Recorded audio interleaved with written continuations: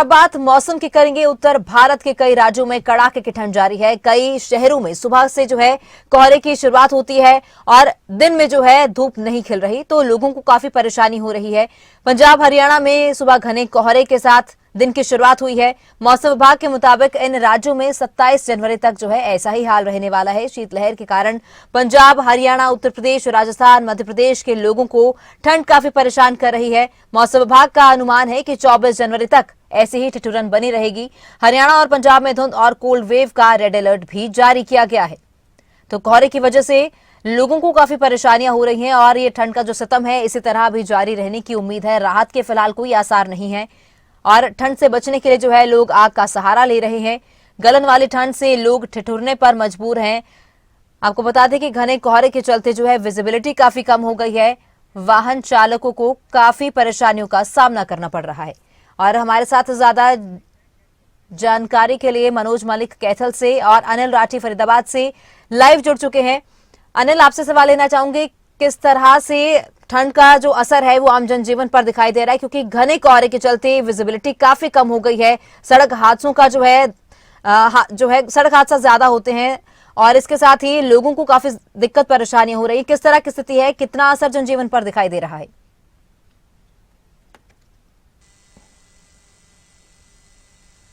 बिल्कुल तमन्ना, देखिए जिस तरीके से लगातार जो है वो इन मौसम विभाग ने भी जो है वो चेतावनी दी है कि 27 तारीख तक जो है वो ये ठंड इसी तरीके से कड़ाके की ठंड रहेगी और जो विजिबिलिटी है, यानी कि बात कर जाए कोहरे की विजिबिलिटी है, वो काफी कम जो है वो आके जा रही है के इलाके में। एक बार मैं आपको दिखा देता हूं। देखिए आज फरीदाबाद की बात कर जाए तो फरीदाबाद में 6 डिग्री सेल्सियस जो है वो टेम्परेचर जो है वो दर्ज किया गया है और जिस तरीके से लगभग जो है वो कई ऐसे हरियाणा के जो डिस्ट्रिक्ट हैं जिनके अंदर जो है वो ऑरेंज जोन और रेड जोन के अंदर जो है वो मौसम विभाग ने रखा है, क्योंकि लगातार जिस तरीके से पारा गिर रहा है और साथ ही साथ 10 किलोमीटर प्रति घंटे की रफ्तार से जो ये शीत लहर चल रही है, ये कहीं ना कहीं काफी घातक जो है वो इस समय साबित हो रही है और लोगों को जो है वो काफी दिक्कतों का सामना करना पड़ रहा है। चाहे डेली ड्यूटी जाने वाले लोगों की बात कर जाए या फिर आम जो रोजी रोटी कमाते हैं उन लोगों की बात कर जाए। देखिए कई लोग तो इसी तरीके से अलाव का सहारा जो है वो यहाँ पे आपको लेते हुए दिखाई देंगे। जिस तरीके से ये अलाव इन लोगों ने लगाई हुई है, क्योंकि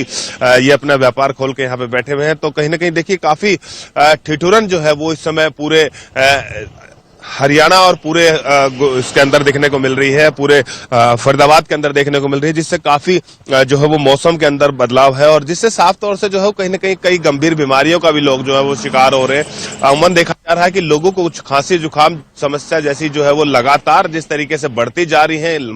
अस्पताल की बात कर जाए तो केस जो है वो काफी इनके अंदर इजाफा जो है वो लगातार हो चुका है और कहीं ना कहीं जो दुर्घटनाएं हैं जिस तरीके से आपने कही भी थी, क्योंकि विजिबिलिटी काफी कम होती है सुबह के समय और उसके चलते जो है वो खासी दुर्घटनाओं की आशंका जो है वो बढ़ जाती है, जिसके चलते आए दिन जो है वो वाहन चालकों की इसमें जो है वो कई लोगों की जो है वो जाने जाती हैं, क्योंकि पूरे हरियाणा में इस तरीके से प्रकोप जारी है। और जिस तरीके से अब तो मौसम विभाग ने जो है वो 27 तारीख तक का अलर्ट जारी किया और अभी तो जिस तरीके से बता रहे हैं कि पहाड़ों के अंदर जब बर्फबारी और वो शुरू होगी तो कहीं ना कहीं और भी आने वाला समय जो है वो घातक हो सकता है। मौसम विभाग की तरफ से हमारे साथ कैथल से हमारे संवाददाता भी जुड़े हुए हैं।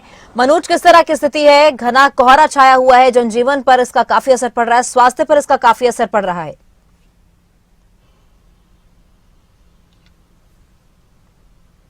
जी बिल्कुल, देखिए बात कोहरे का कहर की तो लगातार कहर बर्पात हो रहा है, लेकिन उसके साथ साथ जो दुर्घटनाएं हैं उनको भी अंजाम लगातार दिया जा रहा है। बता दें कि देर रात कैथल के अंदर लगभग 5 दुर्घटनाएं ऐसी हुई थी जिसमें 3 लोगों की मौके पर मौत हो गई थी। कारण कोहरे का था, क्योंकि 5 मीटर से आगे की दूरी तक की कुछ भी दिखाई नहीं दे रहा था, जिसको लेकर कैंटर और जो ट्रक है उसकी आपस में भिड़ंत हो गई थी। तो कहर बर्पात हो रहा है। उसी के साथ साथ बता दें कि 5 डिग्री कैथल का न्यूनतम तापमान पहुंच चुका है और अधिकतम की बात करें तो 8 अधिकतम तापमान कैथल का पहुंच चुका है। ओपीडी की अगर हम बात करें, बीमारियों की अगर हम बात करें तो बच्चे और बुजुर्गों में ज्यादातर ये जो ठंड है, जो शीतल हवा है, जो ज्यादा ठंड पड़ रही है, उसका सामना उन बुजुर्गों को, छोटे बच्चों को करना पड़ रहा है, जिसको लेकर ओपीडी की अगर हम बात करें तो ओपीडी लगातार बढ़ती जा रही है। और दूसरी तरफ जो ओपीडी की बात करें तो दूसरी तरफ बात करें डॉक्टरों की तो लगभग 26 डॉक्टरों की कमी भी कैथल के सरकारी हॉस्पिटल में हैं,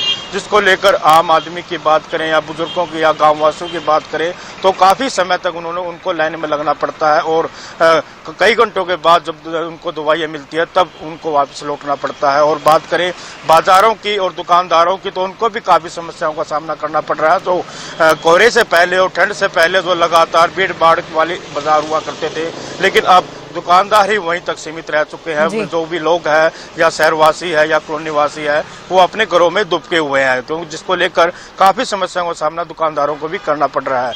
उसी के बाद अगर बात करें रैन बसेरे की, तो रैन बसेरे की में सुविधाएं तो दी जा चुकी है, लेकिन दूरी इतनी तय करनी पड़ती है प्रवासी लोगों को या यात्रियों को कि लगभग 7 से 8 किलोमीटर की दूरी तय करना उनके लिए संभव नहीं है। और हमारे साथ हमारे सहयोगी अनिल बने हुए हैं फरीदाबाद से।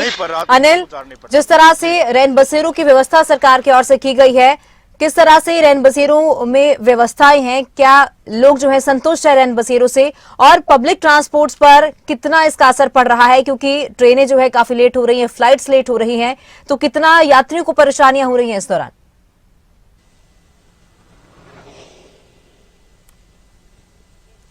बिल्कुल तमन्ना, देखिए बात करी जाए, पहले रैन बसेरों की बात करी जाए तो देखिए फरीदाबाद के अंदर लगभग 8 से 9 रैन बसेरे हैं जो कि अलग अलग जगह पे बने हुए हैं। लेकिन इन रैन बसेरों की अगर साइज की बात करी जाए तो एक लिमिटेड साइज जो है जिसके इनका बनाया गया है, जिसमें कि सिर्फ 10 से 12 लोग ही जो है वो इन रैन बसेरों के अंदर जो है वो विश्राम कर सकते हैं, रात को रुक सकते हैं।